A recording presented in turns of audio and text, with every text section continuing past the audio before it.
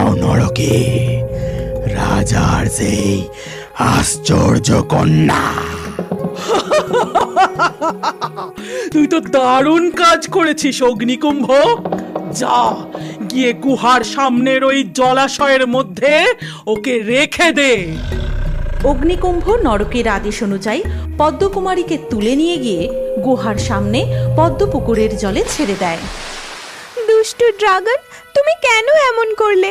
কেন আমার পিতাকে হত্যা করলে?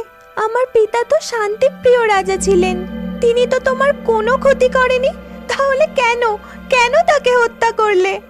একদম চুপ, বেশি কথা বলবি না।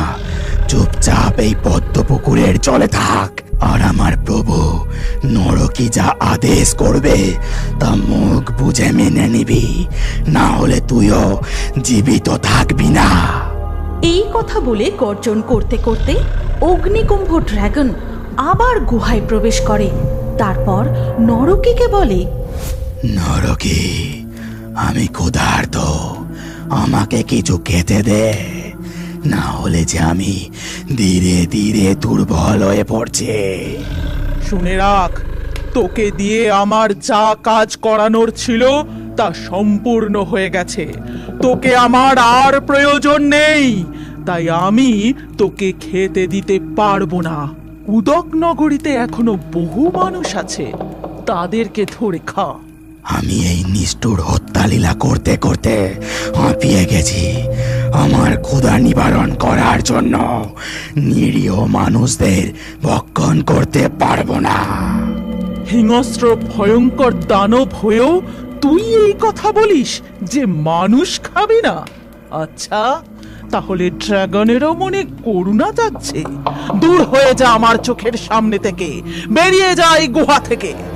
নরকের এমন কথায় অগ্নিকুম্ভ ড্রাগনের মনে বড় আঘাত লাগে, আর সেই রাগে কষ্টে দুঃখে সে মুখ দিয়ে আগুন বের করে প্রচণ্ড গর্জন করে ওঠে।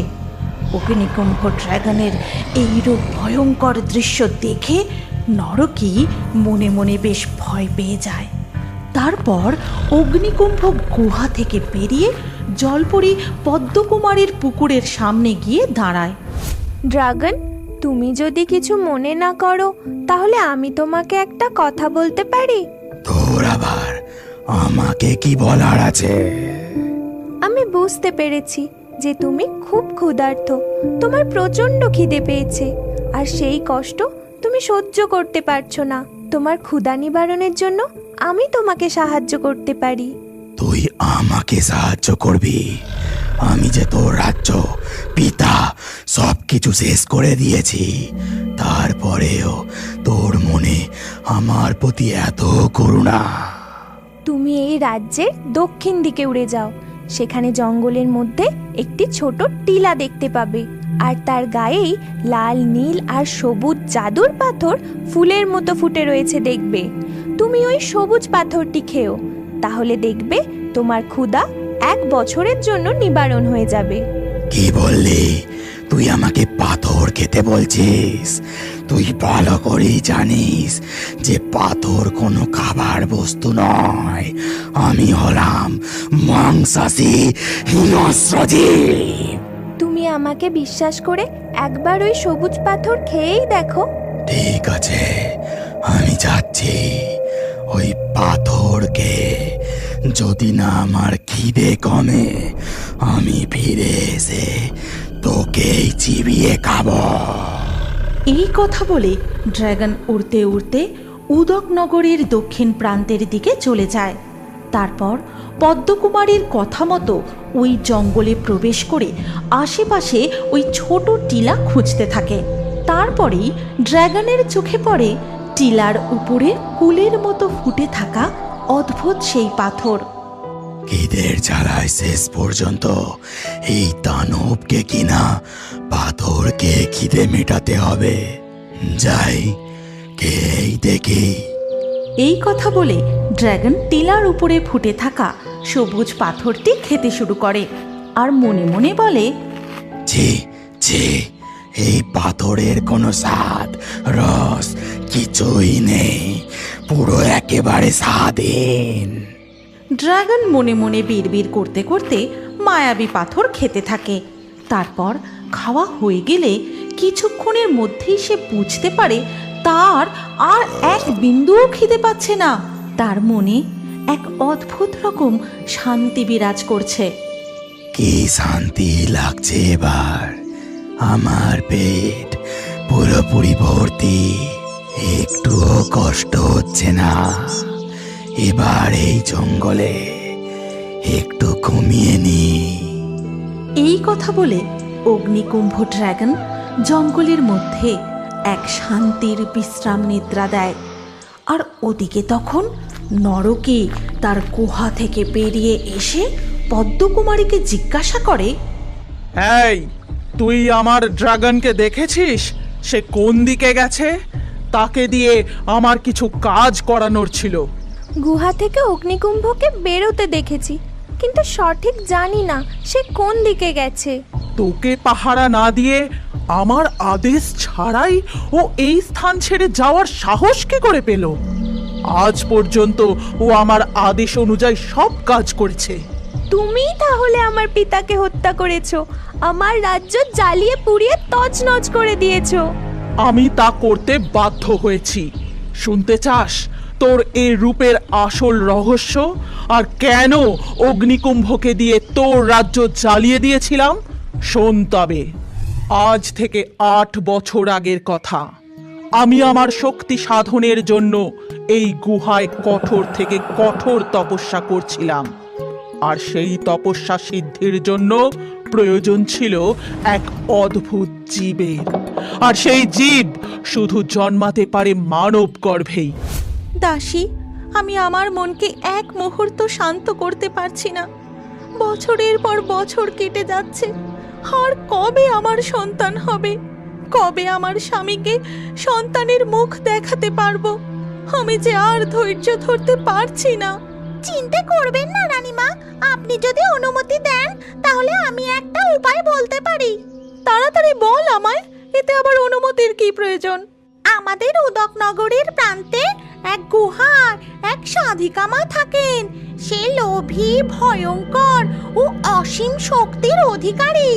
সে যা চায় তাই বাস্তবে করতে পারে। আপনি যদি তার কাছে গিয়ে সন্তান কামনা করেন তাহলে সেই সাধিকা মা নিশ্চয়ই তার মন্ত্র দ্বারা আপনাকে কোনো উপায় করে দেবে। কিন্তু সাবধান রানীমা, সে ভয়ঙ্কর হোক আর লোভী হোক, তাতে আমি ভয় পাই না। আমি হলাম উদকনগরের মহারানী। আমি ওই সাধিকা মায়ের জন্য 1 বাক্স স্বর্ণ মুদ্রা নিয়ে যাব। তা পেয়ে নিশ্চয়ই তিনি আমার মনস্কামনা পূর্ণ করবেন। এই কথা বলে রানীমা 1 বাক্স স্বর্ণ মুদ্রা ও তার খাস দাসীকে নিয়ে ওই গুহার উদ্দেশ্যে বেরিয়ে পড়েন। তারপর বহু পথ অতিক্রম করে তারা পৌঁছায় সেই গুহায়। তখন সাধিকা তার সাধনা সিদ্ধির জন্য মানব গর্ভের খোঁজে মরিয়া হয়ে উঠেছিল। কে তোরা? কি চাস এখানে? আমি মা হতে চাই, মা হতে চাই আমি। আমি হলাম এই রাজ্যের মহারানী চন্দ্রিমা। আপনি যা চাইবেন আমি আপনাকে তাই দেব। এই দেখুন, আমি আপনার জন্য এই স্বর্ণ মুদ্রা এনেছি। সেই মুহূর্তেই নরকী সাধিকার মাথায় খেলে গেল এক অসৎ পরিকল্পনা। সে তখন মনে মনে ভাবে, এই তো মানব গর্ভ পেয়েছি। এই গর্ভেই বেড়ে উঠবে আমার সাধনার ফল। কি ভাবছেন সাধিকা মা? আমার মনস্কামনা পূরণ করবেন না? হ্যাঁ হ্যাঁ, অবশ্যই করব। দাঁড়া তবে। নরকী মনে মনে বিড়বিড় করে মন্ত্র পড়তে থাকে। সাথে সাথেই তার হাতে এক অদ্ভুত ফুল চলে আসে। এই নে, এক্ষুনি এই ফুলটা তুই খেয়ে নে। এটা খেলেই তোর মনস্কামনা পূর্ণ হবে। তারপর রানীমা, মানে তোর মা, আমার দেওয়া সেই মায়াবী ফুলটা নির্দ্বিধায় খেয়ে নেয়। আর তুই হলি আমার সেই সাধনার সেই ফল। যেদিন তুই এই রূপে জন্মালি সেই দিন তোর পিতা খুবই ভয় পেয়ে গিয়েছিল। তাই রানীমা ও রাজ্যবাসীর চোখের আড়ালে তোকে পদ্মপুকুরে লুকিয়ে রেখেছিল। আমি গিয়েছিলাম তোর পিতার কাছে। তোকে চাইতে, কিন্তু অহংকারী রাজা আমাকে অপমান করে ঘাড় ধাক্কা দিয়ে বের করে দিয়েছিল, তাই সে তার পরিণতি ভোগ করেছে। এই কথা বলে নরকে আবার তার গুহায় চলে যায়। এদিকে অগ্নিকুম্ভ ড্র্যাগনের ঘুম ভাঙতে সে পদ্মপুকুরের কাছে ফিরে আসে। আর পদ্মকুমারী ড্র্যাগনকে দেখা মাত্রই বলে, নরকী সাধিকা তোমায় খুঁজছিল, আর তোমায় এখানে দেখতে না পেয়ে সে খুব রেগে গেছে। পদ্মকুমারী, তোমায় অনেক ধন্যবাদ। ওই সবুজ পাথরকে আমার মন ও খিদে একেবারেই শান্ত হয়ে গেছে। ঠিক আছে, আমি এখন নরকের কাছে যাই। গুহায় অগ্নিকুম্ভ প্রবেশ করতেই নরকী তাকে আদেশ করে, এবার আমার সিদ্ধি লাভের সময় হয়ে এসেছে। যা, ওই পদ্মকুমারীর দেহ থেকে মুন্ডু আলাদা করে আমার কাছে নিয়ে আয়। ও রক্ত দিয়েই আজ আমার সাধনা সিদ্ধি করব। না, এ কাজ আমি করতে পারবো না। আর তোকেও পদ্মকুমারীকে হত্যা করতে আমি দেব না। তোর এত সাহস বেড়েছে, আমার আদেশ অমান্য করিস? আজ তোকেই আমি শেষ করে ফেলবো। এই কথা বলে নরকী তার ত্রিশূল হাতে তুলে নিয়ে ড্র্যাগনের গলার দিকে আক্রমণ করে। আর সেই আঘাতে অগ্নিকুম্ভ ড্র্যাগন নিস্তেজ হয়ে পড়ে। তারপর কোনো রকমে গুহা থেকে বেরিয়ে পদ্মপুকুরের সামনে জ্ঞান শূন্য হয়ে পড়ে যেতেই সে তার প্রাণ হারায়। এই কি অগ্নিকুম্ভ, এরূপ দশা তোমার কি করে হলো? কি হলো তোমার? তুমি কথা বলছো না কেন? কথা বলো ড্রাগন, কথা বলো, কথা বলো। অগ্নিকুম্ভের এরূপ দশা দেখে পদ্মকুমারী কান্নায় ভেঙে পড়ে। তারপর পদ্মকুমারীর চোখের জল ড্র্যাগনের গায়ে পড়তেই ঘটে যায় এক অলৌকিক ঘটনা। ড্র্যাগনের চেহারা বদলে হয়ে যায় এক রাজকুমার। আজকের লাকি ড্রয়ে নির্বাচিত সেরা কমেন্ট ও দর্শকদের নামগুলি হল সুমাইয়া, আঁখি, সৌমদীপ, সোনিয়া, আরিয়ান, নন্দিতা, সাহানারা খাতুন, টুম্পা, মাসুদ, কণিকা, এশা, আকাশ, বিশাল, রাজা। আপনারও নাম ও সব থেকে সেরা কমেন্টগুলি পরবর্তী ভিডিওতে থাকতে পারে, তাই আমাদের চ্যানেল জলপুরি কার্টুন এক্ষুনি সাবস্ক্রাইব করে নিন। আর স্ক্রিনের উপরে আসা এই ভিডিওতে ক্লিক করে পরবর্তী ভিডিওটি দেখুন।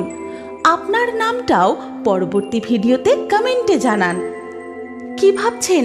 ভিডিওটি ক্লিক করে তাড়াতাড়ি দেখুন।